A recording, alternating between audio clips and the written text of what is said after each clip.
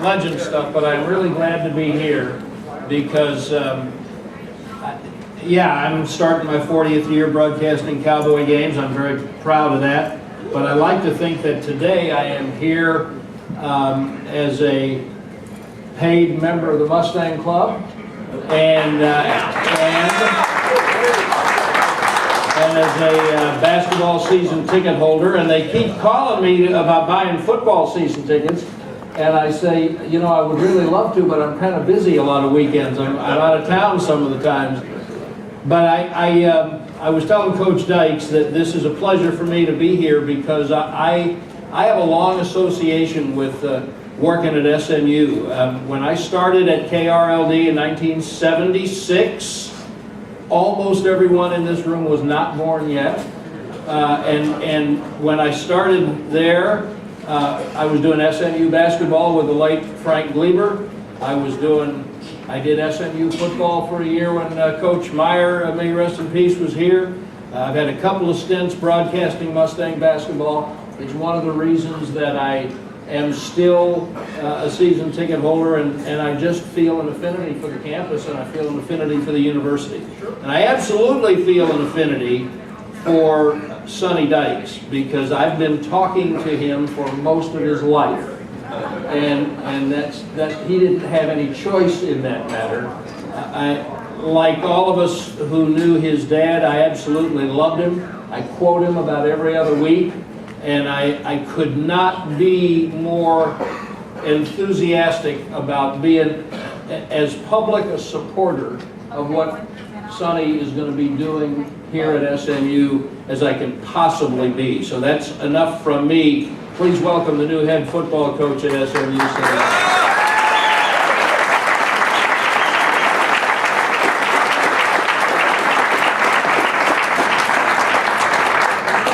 Thank you, Brad. Appreciate it. Excited to be here. You bet. Go ahead and do your welcomes, and then we'll get right into this. Well, first of all, I just want to say thank you to all for being here. Really appreciate it. It's been a crazy 2 months. It's been a lot of fun. I could not be more proud of what our staff has been able to accomplish in terms of recruiting. You know, I'm really excited about the direction of our program. Just want to say thank you to all of you, the support that you've given us and that I've felt, and the things you've done for my staff and our family and our players. You know, it means the world to all of us. So thanks to all of you for being so supportive. Really look forward to having a chance to work with our players. It's been a strange couple of months because I got hired and all of a sudden it was in the middle of recruiting. We were trying to get ready for a bowl game, and I spent a couple of days with practice with the team, but mostly recruiting. And then, you know, then our players left for a month, and then when they came back, we were on the road recruiting. So I'm looking forward to having a chance to spend some time with our current football players and start preparing for spring ball. That's what I'm most excited about. But again, I couldn't be more pleased with the way recruiting went, especially you know, just the way it played out. I thought it played out very well for us, and we were able to sign some quality players, and excited about the class. But again, thanks to everybody. I want to say special thanks to Rick and Dr. Turner for their support. You know, they've provided all the resources that we need to go recruit first class players, top quality players. And without the resources they provide for us, we wouldn't have been able to do it. And so I really appreciate their support. And you know, I couldn't be more pleased and excited to be here. The Indoor Performance Center is something I want you to talk about because it's going to be an important part of what you do. It is. Yeah, moving forward, that's going to be something that's big for our program, obviously. We are, you know, that's going to be the next step, I think, in securing what we believe are going to be first-class facilities. You know, right now we have a locker room renovation that's going on currently that I'm very excited about. You know, I think at that point we'll have one of the nicest locker rooms certainly around. We're renovating some offices, some meeting rooms. Everything that we're doing right now is going to give our players a first-class experience. But I think the icing on the cake really is going to be the indoor practice facility that we're building. It's going to be a facility that many different sports can use. That's going to be used by student athletes all over campus. What it's going to mean for us is the ability to really practice year-round in inclement weather. I think the biggest thing is just having an opportunity to get out of the heat in the summer. I think that is a huge thing when it comes to keeping your players fresh, keeping them healthy. And so when that gets completed, a year from now, we're excited to move in there and start getting going. But again, that doesn't happen without all of your support. You know, the financial things that you allow us to do are really, really important to our program. Kurt mentioned the question cards. Look for those. They're going to be collected. And I'll grill Coach Dykes within an inch of his young life here in a few minutes. But we're here to hear about the class and the staff, so I'll turn it over to you. Yeah, what I'd like to do first of all is thank our coaches. We've been hiring coaches really for the last 2 months, and there's been a couple that have been with us from the very beginning. What I'd like to do is ask all our coaches to come up real quickly and stand up here and what I'm going to have them do, I'll start down there, Brett, you and Kevin. If you start down there and just line everybody up, and then if you don't mind, just introduce yourself, where you came from, and what you're coaching, and then we'll start that way. Rhett Lashley, office coordinator, going to coach the quarterbacks. Most recently was at University of Connecticut. Grew up in the state of Arkansas in the Southwest Conference Days, so I know the history and tradition of our program. So really excited to be here and work with Coach Dykes and the staff. Kevin Kane, defensive coordinator, going to work with the linebackers. Coming from Northern Illinois University, way up north, where we go back to 10 inches of snow, I think, this weekend. And played at the University of Kansas, so from Kansas City originally. Played with a bunch of cats from down in the state of Texas. So I'm excited to get to some more in a great place like this. So thanks for having me. How you guys doing? Josh Martin, came to you from Arizona State University, spent 4 years there. Dallas native, born and raised here, and I'll be coaching the tight ends this year. Brett Dearson, D-line coach. Came with Kevin from Northern Illinois, was up there for 5 years. Originally from Appleton, Wisconsin, that right next to Green Bay, the Packers. You got any Packer fans? None? We're in Dallas. That's okay. Thanks a lot. My name's Trey Haverty. Sorry if some of y'all couldn't understand, we're still working on that. I'm from the area here in Dallas. Most recently was at Texas, but been kind of all around, coached high school ball, junior college, all around the state. Excited to be here. I think this will be one of the best jobs in America. Growing up here, I've always said that. It's about the city and this place, which is special, but glad to be here. My name is David Grew, coach of receivers, coming from TCU, and I second that. We're crazy excited to be here and the potential of this place and ready for that first home game, that's for sure. My name is Chris Brassfield. I am coaching the running backs, coming from the University of Nebraska. I am a Texas native from high school in San Antonio, and so really excited to be back here. And thank you for making us feel welcome. Hi, I'm Jamal Powell. I'm an offensive line coach, Texas native, most recently from Lamar and James Madison University. Looking forward to getting going and go get some wins. Hello, Kevin Curtis. I'm from Lubbock, Texas originally. Just came from Louisiana Tech, and I was coaching corners.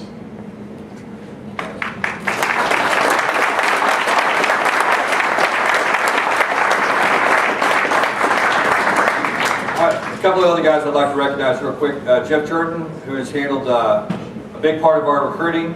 Give him a special thanks.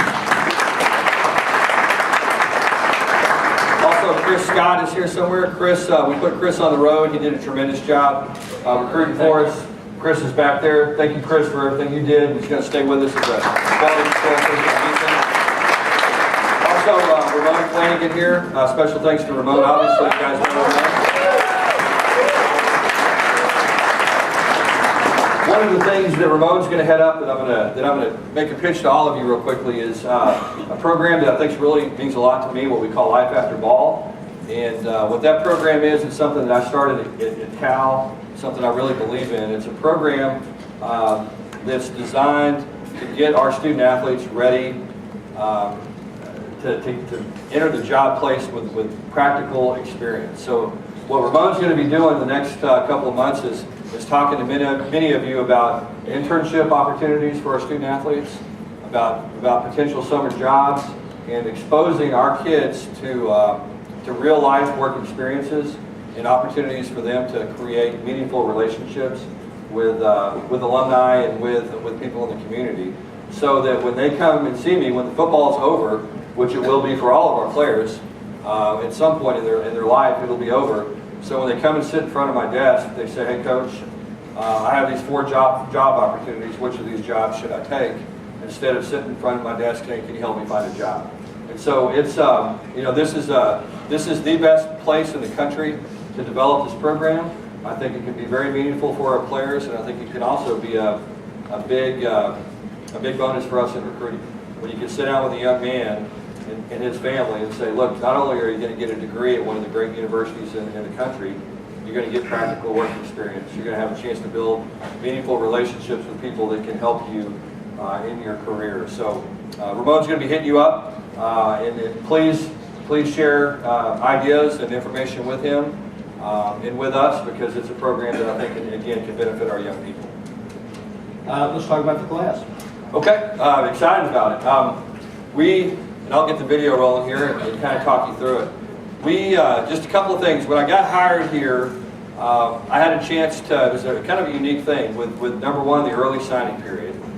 So we had to decide, how do I want to handle the early signing period?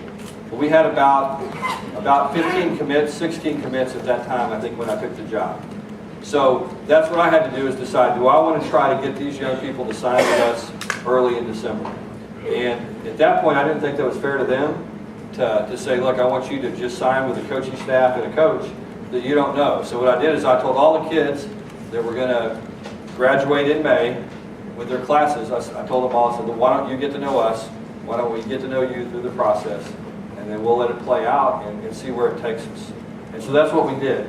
Now, we signed 7 guys early, and those 7 players, 4 of them were players that I knew about, that I had been recruiting or evaluating where I was before.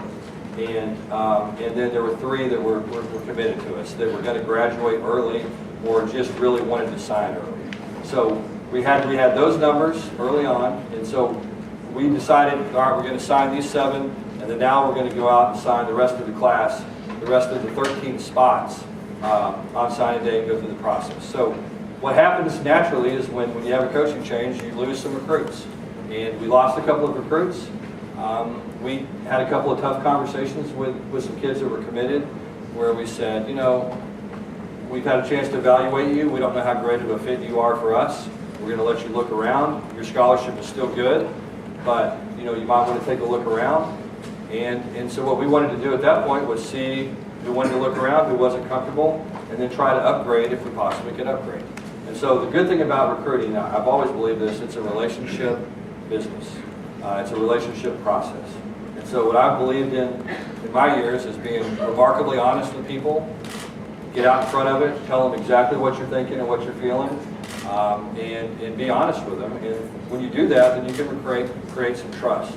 And I believe that's what this process is all about, is creating trust and getting to know each other. So that's what we set out to do. You know, the thing we needed to address was, number one, we needed to get bigger. Our players needed to get bigger. We had 1 junior offensive lineman and 2 senior offensive linemen in our program. Okay, we wanted to even those numbers out. We needed to have older offensive linemen in our program. So the first thing we did is we said, okay, we want to go sign 3 junior college offensive linemen. So we were really fortunate to be able to sign Levon Livingston, that you guys will hear a lot about, from Navarro Junior College. He's 6'8". He's probably going to be 300 pounds plus, remarkably athletic, really a guy that I'm very excited about. And then we went out and signed Nick Dennis as well from Navarro Junior College. Nick is 6'4", 300 pounds. So we had an opportunity to address the size that we needed right there, get those guys enrolled. They'll both go through spring ball, and they're both doing really well. We also signed Trevor Denbo from Navarro Junior College as well, who we thought was a guy that could make a big difference for us defensively. So that was the start, and then we kind of built from there. So we needed to get bigger on offense, on our offensive line, and we needed to get bigger on our defensive front. You can see with 3 defensive line signees, we did that. You know, the guys are all close to 300 pounds. They're all physical. They're all big. And then we felt like we needed to get longer on the back end in our mid-skill positions as well. So the only disappointing thing, I think, with this class is we didn't sign any receivers. The positive thing about that is we're going to add some graduate transfers, okay, from some really good schools, some kids that have reached out to us through this process. And what that allowed us to do was take a shot at some of the best wide receivers in the country. You know, we came down on signing day, we lost a kid named Lawrence Keys today from McDonough 35 in New Orleans. We thought we had a great chance to get him, and the final 3 schools were us, Notre Dame, and Texas. And I woke up this morning and thought we were probably going to get him, and he ended up signing with Notre Dame. So those are the kind of kids that we were after at those receiver spots. But we'll fill in with the grad transfers and guys that we think are going to be really good players. And they'll take the position for Cortland and Trey in the grand scheme of things. So that's where that goes. You know, the only thing that when you take 3 junior college offensive linemen, you sacrifice a little bit with freshman alignment.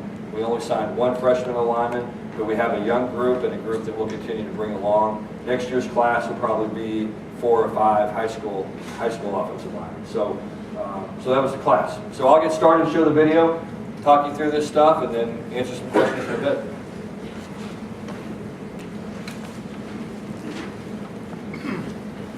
Okay, this is Connor Allen. This is Connor played at Highland Park High School. Connor is obviously Randy Allen. Many of you know Randy, an alum who's done an outstanding job, one of the best high school football coaches in the country. His success speaks for itself. Connor's a darn good football player. He's got good speed, can play a variety of positions. He plays running back, he plays in the slot. Very productive high school football player, a guy that we're very excited about. I think has a bright future as he gets a little bigger and a little bit stronger. But he's a winner, you know, and I think that's what you want to do. Anytime you surround yourself with people, you want to surround yourself with winners. And this young man is a winner, so that's Connor Allen. This is Darren Brown. Darren is a defensive tackle from San Antonio, Converse Judson. Darren, 2 weeks ago, was on a trip to Texas. He's a 6'3", 310, 315-pound defensive tackle that moves remarkably well. You know, Darren's first play on his highlight video that we saw, he's playing tight end, and he catches the ball and runs for about 70 yards. He looks like the fastest guy on the field. Okay, this is William Brown. William's a big quarterback from down the Houston area. He's on our campus right now. He's a big athletic kid that can run and can throw. It's a little bit raw throwing the football right now, but I think Brett will do a great job developing him, and really excited about his potential. Great looking kid, really, really good young man. Really excited about him. And again, best thing he'll have is he'll go through spring ball and get his feet wet a little bit this spring. This is Trevor Dimbo. I talked about Trevor earlier. He's from Corsicana High School. His grandfather actually played here at SMU. This kid is a really, really good football player. He's a kid I think it won't take long to figure out who he is this fall. And again, he's a signee that enrolled early and will go through spring ball. He's got great size, has a knack for playing the ball, can play outside linebacker, can play safety, can do a lot of different things, and is a real versatile football player. Nick Dennis, another kid from Navarro Junior College. Nick's about 6'4", 300 pounds. Big kid, plays center, plays guard both. Really excited about Nick. I mean, he's a tough kid. He went to Midland Lee High School. He's kind of got that West Texas toughness about him. Really excited about him. We needed to get him in shape, and he's starting to get himself in shape. So I think he's going to be a really productive player for us, and really like what he's doing right now in the off-season conditioning program. Really plays tough. Shabazz Dotson. Shabazz is a kid from Cedar Hill High School.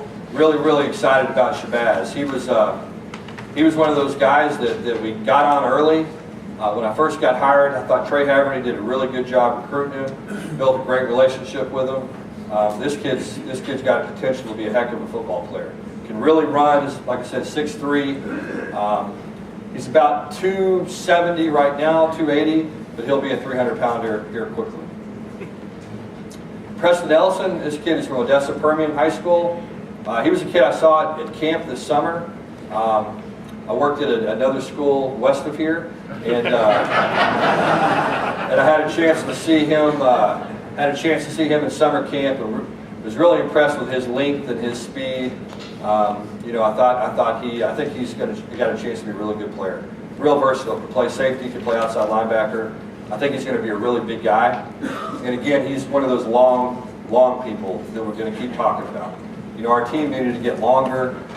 You know, college football games, high school football games, NFL games are one up front, and so we had to get bigger. This is Robert Hayes. He's a corner from Coffeyville Community College. This is the guy that we got on late. Kevin Curtis had a relationship with Robert. He's really long, 6'1", 6'2" corner. Plays aggressively. Can get his hands on people. Got a good knack for playing the ball in the air. I thought his video was really good, and I think he'll come in from day one, have a chance to compete for one of our starting corner jobs.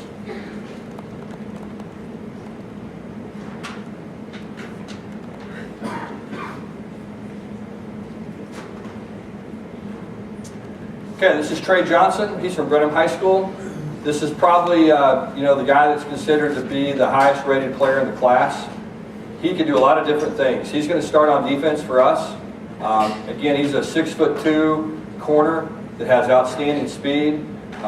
He was committed to Oklahoma earlier in the recruiting process, and again, is another guy that Kevin Curtis had a relationship with, and Kevin had been recruiting him at La Tech, and we just kind of hung in there. And chose us over Arkansas, and had a bunch of SEC offers, a bunch of Big 12 offers. He's an exciting kid that I think will have a chance to contribute for us next season. And again, another long guy. Terry Keys, he's from Dickinson High School. Terry's a cornerback, another 6-footer at the corner position. Terry's a guy that signed with us early, and so he's been signed up for a while. A really good family. I like the way he plays. He's aggressive. Can change directions, can get out of his back pedal well. I think he's got a chance to be a good player for us.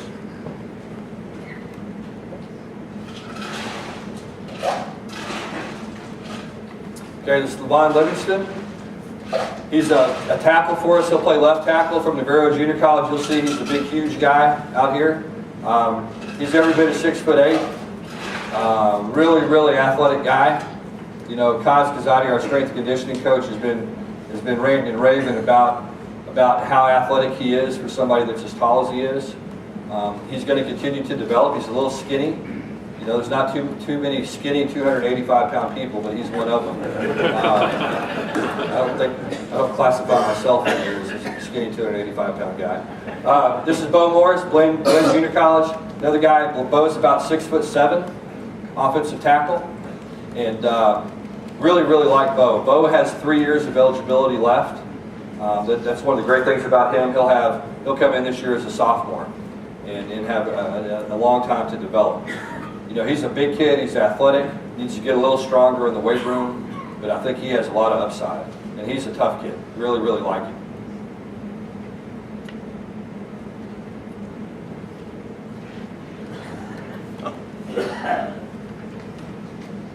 But he'll be a 300-pound guy here soon. This is Terrence Newman. Terrence is from Duncanville High School. Terrence is not very tall. He's about 5'11", but plays with great leverage and has a real burst. And you'll see now he's really, really quick. He's one of those guys that is tough to handle up front just because of his quickness and his strength, and he plays really, really low. He's a guy I'm excited about. He's really strong in the weight room, has great numbers, and got a chance to be a good one. This is Jimmy Phillips from Mesquite Poteet High School. Jimmy is another one of those long guys that can play outside linebacker, could possibly be a safety. I think Jimmy's going to be, a 215, 220-pound kid. He plays basketball. He's a good athlete. Has a great family. Really enjoyed recruiting him and getting to know him. I think he's got a really bright future.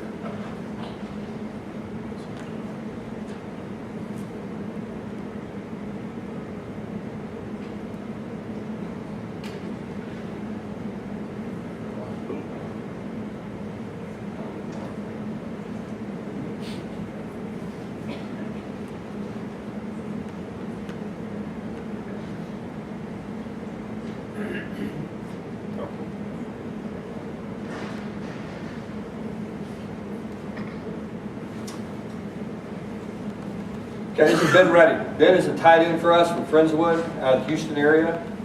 This is one of those kids, when I saw his tape, Rhett Lashley showed me his tape, and I was like, we got to figure out a way to clear some room to get this kid. He's exactly what we're looking for as a tight end. He's very fast, he's very athletic, comes from an athletic family. for a guy that's 6'4", 220 pounds now, he can really run. He's going to be a 235, 240 pound young man quickly. Excellent receiver, very well coached. You can see he can put his hand down, you can split him out. He can do a lot of different things, and I'm just really impressed with his athleticism for his size. This is J.C. Rispers. He's from All Saints High School over in Fort Worth. J.C., really productive football player. They've got a good program over there. Coach Beck does a nice job. He's a kid that could do different things. He's probably going to play that outside linebacker, 5th defensive back for us. Could also be a safety as well. This is Jalen Thomas from Lubbock Coronado. He played center, guard for them, could be a tackle as well. They had a great football team this year. That's actually where I went to high school. Kevin Curtis went to high school. Kevin was a lot better player than I was, but that's okay. That's another story. But this kid, really good player. He's got great size, good strength, plays tough. I think he's one of those kids in West Texas that got overlooked a little bit. I think he's got a big upside as well. This is Gary Wiley. This is a kid from Pine Tree, right outside of Tyler, Longview area. He's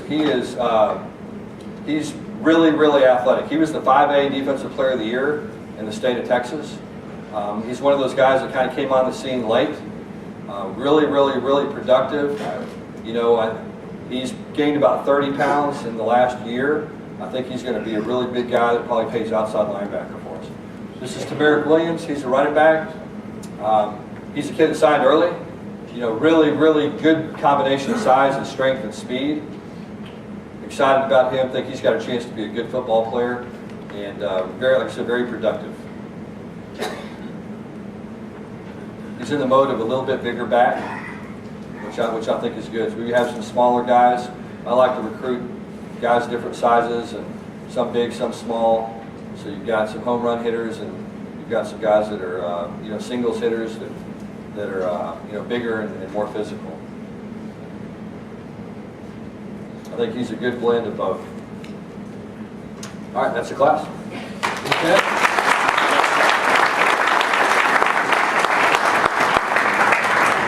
So we've got some great questions from folks who are here, and I'm going to try to not duplicate them. Okay. But a couple of general things, and here's yet another one. So I heard you say size, speed, and length in describing these guys in glowing attributes. Right.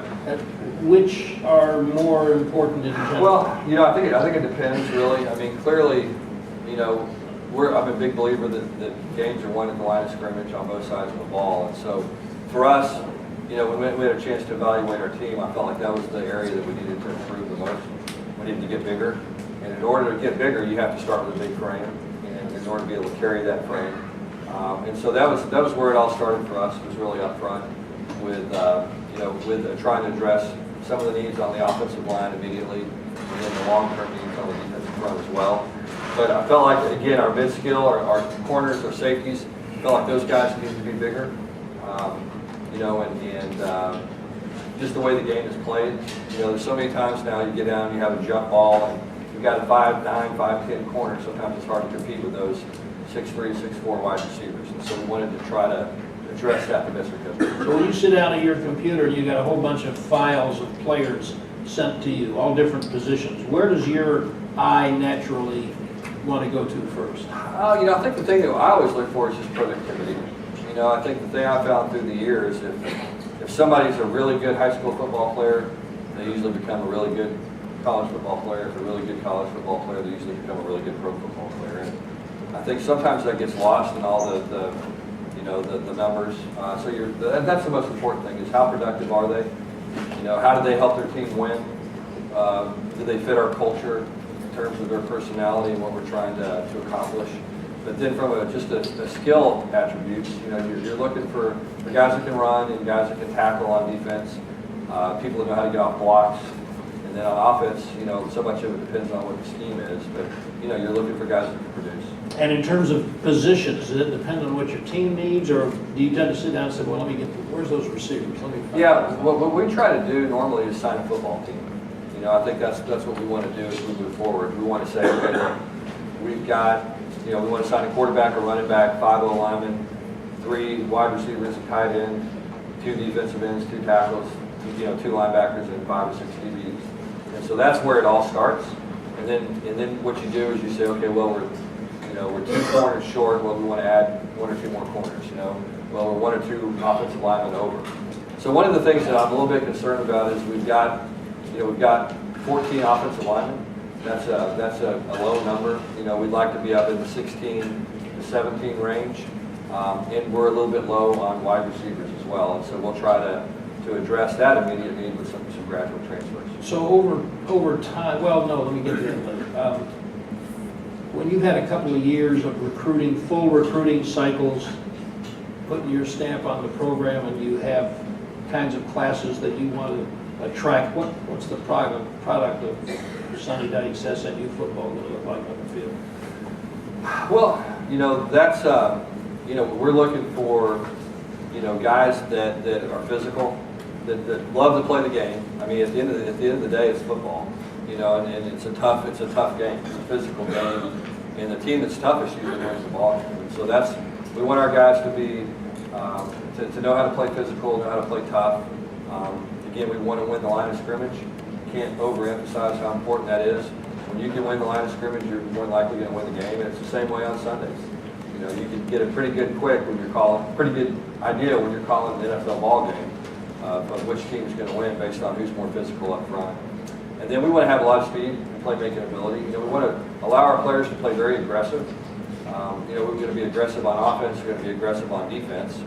And if you do that, you have to be able to recover. In other words, if I'm going to blitz a lot, then I've got to have guys that can tackle if somebody gets loose. And so the only way you can do that is through teaching proper technique, proper angles, how to run to the football, all those different things. But it also helps when you have a lot of guys that can run. And so we want to continue to get faster and faster. From your first year at Louisiana Tech through wherever the hell it was you said you were last year, how has your approach to coaching and your view of college football evolved? Well, the funny thing about college football is it's always evolving. I mean, it really is. I think when you watch the Super Bowl this past Sunday, if you'd have put different jerseys on them, you'd have sworn that was a college football game. You know what I mean? It looked like 2 college football teams playing against each other. It was high scoring. It was people going for it on 4th down. It was more risk taking than has normally occurred at the NFL level. And so, I think that way of thinking has permeated from really high school to colleges and really colleges to the NFL. And I mean, it's guys like Randy Allen at Highland Park who, have been really innovative through the years. And what's happened is people have looked at a program like Highland Park and the way they've been able to produce offensively. Didn't matter who their quarterback was or who the receivers are, they're always going to be good. And I was fortunate enough to be around some really bright guys, Mike Leach and Hal Mumme as a young coach and learn from those guys. And the game has changed. It's become a lot different. But as I said, it really comes down to, which big guys up front are going to win. I read a really interesting piece yesterday that had nothing to do with college football particularly, but in some aspects football is football. It had to do with analytics and how going for it on 4th down is sometimes a much better option than punting or trying to kick an extra point. How much do you think that affects college football and your view of calling the game? Well, it does. I mean, I've been with Mike Leach where, there wasn't a 4th down situation he didn't view as an opportunity to score a touchdown. So, punter was a 4-letter word in Texas Tech all those years. But you're going to have one? We'll have one. Okay. Hopefully we won't use it. Okay. But it's, I think you have to play aggressive now. I just do. I think that people have gotten good enough on offense where you have to maximize your scoring opportunities in every football game. And I think it played out Sunday for sure. I think when you go back and you look at that game, it was a fun game to watch. It was awesome for me. I had a chance to see some former players. Nick Foles was a player of mine in Arizona, and Rob Gronkowski and Andy Amendola and all those guys for the Patriots. But it was a fun game, but you have to maximize those scoring opportunities because everybody now at every level can move the ball and put points on the board. So you've got to do a good job of matching. You mentioned grad transfers. That's one way college football's changed a little bit. It's an opportunity to get players that once upon a time didn't really exist. how do you go about handling that looking forward? Well, it's interesting how it occurs. Most of the time, those guys reach out to you. You know, typically what happens is somebody's completed their eligibility in November, or excuse me, in December, and they're done with their team's bowl games, and they're starting to think, well, you know, I'm really not happy with my role, or I really have an interest in pursuing something else academically, which probably actually happens more than people think. And, you know, I'm going to finish the situation where I am, and I'd like to move on with a clean slate somewhere else. And so what typically happens is they'll go get a release from that school. They'll contact you and let you know that they're interested, and you'll try to evaluate the film and then develop a relationship with them. You know, right now we're going to be at 83 scholarships after today, so we'll have two opportunities to pursue some grad transfers, and then also pursue some in what we call a blue shirt, where we leave them non-recruited, they enroll, and then we put them on scholarship in the fall and count them forward. So we'll do that with some young men as well. 2 words you said, and then I'm going to get to your questions and part of my bag. I don't have a good side, but this is the worst one. You said in looking at some of the signees who were here when you were hired, some of them were not a good fit and some of them were a good fit. And you also later talked about the culture that you were trying to build. I think those are 2 really important words, whether it's collegiate or professional sports, but what do you mean by those? Well, yeah, I mean, I think, you know, culture is ultimately what makes anything successful, whether it's a football team, whether it's a business, whether it's any kind of organization. It really comes down to the culture. And what I believe that means is just, you know, how do the people inside an organization interact with each other? What do they, you know, how well do they work together? How well do they share a common goal? Do they make sacrifices for each other? Do they trust each other, believe in each other? Do they hold each other accountable? And all of those are things that, again, any successful organization does well. You know, the New England Patriots have played in all those Super Bowls because of 2 reasons. They have good football players and they have a really good culture. And so I think that's what we want to do at SMU is develop the kind of culture that will sustain itself. Because you're always going to have players that come and go. And if you build a strong culture, that when you bring the new freshmen in, you're going to assimilate with that group and become what those older guys are. And so if we're a team that works hard, if we're a team that likes each other, if we're a team that has a passion for playing the game, then as people join our program, they're going to develop those same characteristics. And so does fit for you have more to do with culture than with the makeup of the roster or X's and O's? It does a little bit of both. I think fit is 2 things really. It's you know, how well can you assimilate to that culture? In other words, do you have a shared vision? You know, do you have a great work ethic? Do you care about academics? Are you unselfish? All those things that are important to a successful organization. And then also what do you bring to the table in terms of your abilities and your skills and your strengths? So I think you have to consider those 2 things. Okay, here are some from some diehard Mustang fans. How many scholarships are available for additional recruits? 2. Yeah, we 2. Right now we're at 85. You know, there's always a little bit of attrition that takes place in a football team. In other words, we have some guys in our program right now that may be medically disqualified. We have some guys in our program right now that may decide not to come back. We have some guys in our program that may decide to graduate and transfer someplace else. You know, all those are things that occur during football programs that create opportunities for other people. But right now we'll be at 83 as of today, and then we'll go pursue 2 graduate transfers, try to address our needs at wide receiver with those 2 positions. And then we've also got some other opportunities for other spots as well. What position group most excites you after these additions? You know, I really think the defensive front. I'm excited about our depth, our size, our strength. You know, I like what those guys can do. I think that we have a chance we have some young defensive linemen on our current team that I think these guys will come in and push. And I think collectively they'll make the entire group better. So I'm excited about those guys in front. You may have addressed this earlier when you're talking about getting bigger in the offensive line, but the question is, what holes were you looking to fill in this class? Well, you know, I think again to address the size thing. You know, clearly we needed to sign a cornerback that could come in and play. We felt like we addressed that with a junior college signing. We felt like that, I think Trey Johnson has a chance to come in and play early as well, just because of his length and his athletic ability. I'm excited about him. Excited about, the junior college offensive line. I think those three guys will have an opportunity to contribute early as well. And I think that was, the next one was immediate impact you were expecting for this class. Those three guys were Yeah, I think Trevor Dimbo, the kid from Navarro Junior College as well. And then, there's always a surprise. One of the things we did one year, we always used to do this at Texas Tech when I was part of Mike Leach's staff. We would pull the coaches on the staff. We would say, okay, which of these signees do we think is going to make the biggest impact? Which of these signees do we think is going to make the least impact? Just so everybody in the room knows, Wes Welker won least impact when they were Texas Tech. that tells you what we knew. We took Wes after signing day. We didn't really know what we were going to do with him, and he turned out to be okay. How often do you get surprised? More often than we wanted to.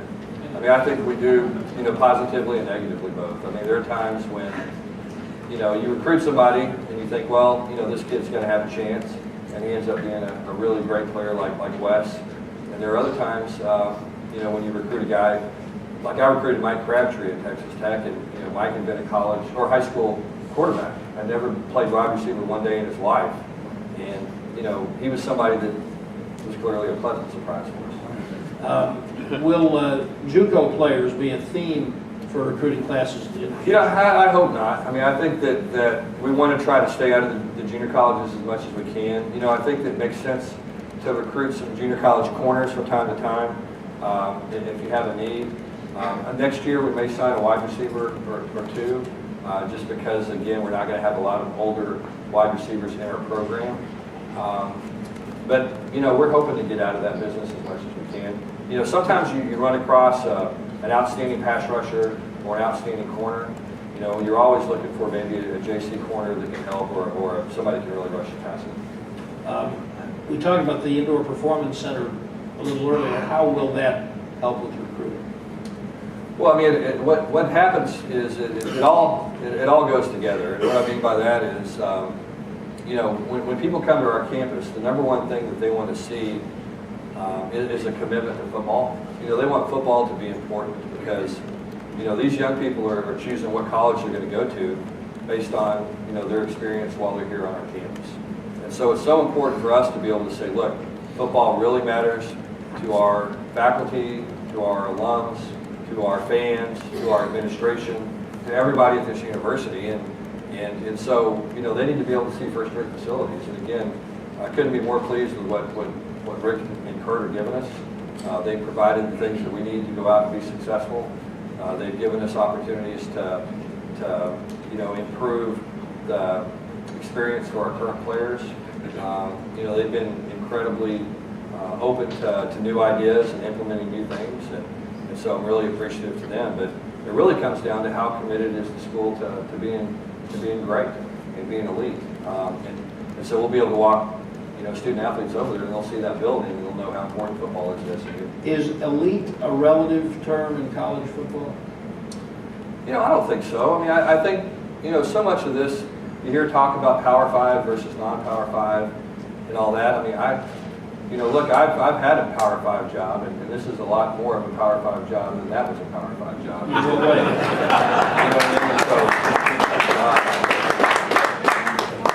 And so, I've been there and had experience in both settings. And so,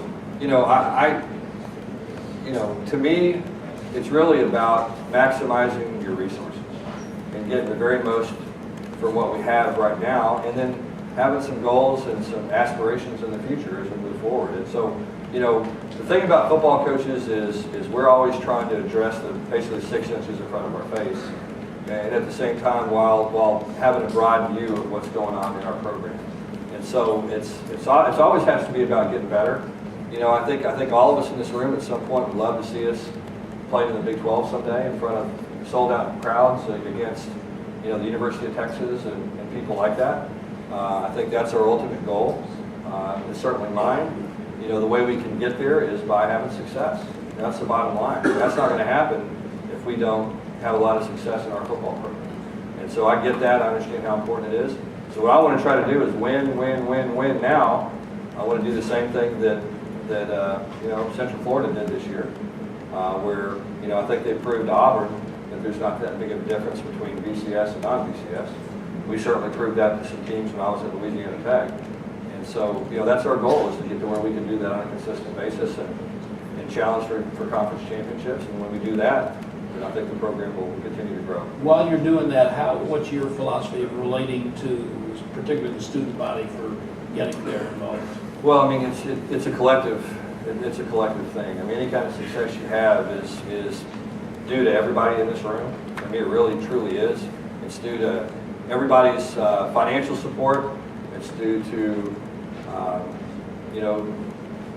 we'll be, attending ball games. It'll be bringing fans with you, trying to get as many people as we can in the Ford Stadium every Saturday, just to create a good home field environment for our fans and for our recruits as we continue to recruit. That's going to be critical for us. I understand the way you get more people is you have more success. And so that's our end of the bargain, and we're going to strive hard to hold that end up. We have to engage the student body. I think that's incredibly important. Where that starts is when our young men go to class every day and they're in there with other students. Those students have to know that they want to get to know them, that they respect them, that they have the same goals and aspirations they do, and that's where it all starts. When you have a class with a football player, and that football player is nice to you and welcoming, all that's going to do is encourage you to be supportive of the program. So it starts with our players, carries over to our coaches, carries over to the community with our families, and how we interact with people in the Highland Park community. And so it's something that we work on every day. A lot of these folks in this room have had a chance to meet you. Some have not. Most, I think, have either heard you say or read that you kind of always were an SMU fan, and how excited you are to be in Dallas. And there are a lot of people who look at Dallas as not the greatest college football or college sports environment in the country. So why do you like Dallas, and why were you always an SMU fan? Well, I grew up a huge Dallas Cowboys fan to start with. I was one of those kids that Bill Brandt used to send posters to, so I had the Dallas Cowboys. I don't want to bust your bubble, but he did that to every kid he could ever find. Well, I thought I was the only one. Yeah, no, I hate to break it to you. I got to be the guy in the poster every year growing up, and was a huge Dallas Cowboys fan. It's funny, my dad was moving around, coaching different places, and for some reason I just identified with SMU. I mean, there was just something about this place that spoke to me when I was 10 years old. It just did. And you and I were talking about this earlier. The hardest thing to overcome in recruiting is if a kid grows up and he's an SMU fan, then he's probably going to SMU. If he grows up and he's a Texas fan, you can do everything you want to do to convince him not to go there, but he's probably going there. And so for me, when I had this opportunity, it was like coming home for me. It just felt like home. I love this community. I spent so much of my life here recruiting, getting to know high school coaches. I just view this as such a great opportunity because I believe the best high school football in the world is played in Dallas, Texas. I just believe that. I know that the best high school coaches are in Dallas, Fort Worth. I've been all over the place. I've seen it all. These high school coaches do a remarkable job of coaching young people and developing them. And so, why would you not want to go be a part of that? And then this university, it's just a remarkable place for to have this setting right in the middle of Dallas, Texas. I just think it has so much potential, and I'm just so glad to be a part of it. Your wife may be interested in the answer to this question. Besides going to San Antonio and Houston tomorrow, what are you doing next? We're going to go lay on the beach for a couple of days. I'm guessing you do that. I'm going to go reintroduce myself to Kate. She hadn't seen a whole lot of me, but again, I just want to thank all of you for being here. I want to thank our coaches. These guys have been away from their families for 2 months now, and have been grinding like crazy. They're all excited to get home, have a chance to spend some time with their wives and their kids, and I know they can't wait to get back. This is a special place. This is a special community. So we can't wait to get over here and be a part of it. We bought a house 3/10 of a mile from the stadium. So you're going to see a lot of my family at practice. And I'd love to encourage all of you to come out and attend practice, watch our players. Our practices are always open. You know, we're proud of the way we interact with our players. We're proud of how hard they work. I think the more you're around our program, the more you're going to appreciate the young men and what they sacrifice. And I think it'll make you more proud to be an SMU fan. If you're an SMU fan, obviously you are, you wouldn't be here today. First of all, spring game's April 14th. I hate to just jump in right to that, but Okay. spring game's April 14th. Believe me, they'd all like to see and hear a lot of you there. And if you want this coach and this administration and these coaches, if you want them to be successful, then you have to be at the games, you have to give to the Mustang Club, you have to bleed a little red and blue, not just red. You've got to be and raise, even if it's your grandkids, that SMU fan that Sonny was talking about, so that it's easier for him to go into a living room of a young man who said, well, I'm so glad you're here, Coach Dykes. I've always wanted to play for SMU. That's up to you to help these coaches do that. Thank you, Sonny. Appreciate it. Thank you all for being here. Oh, yeah.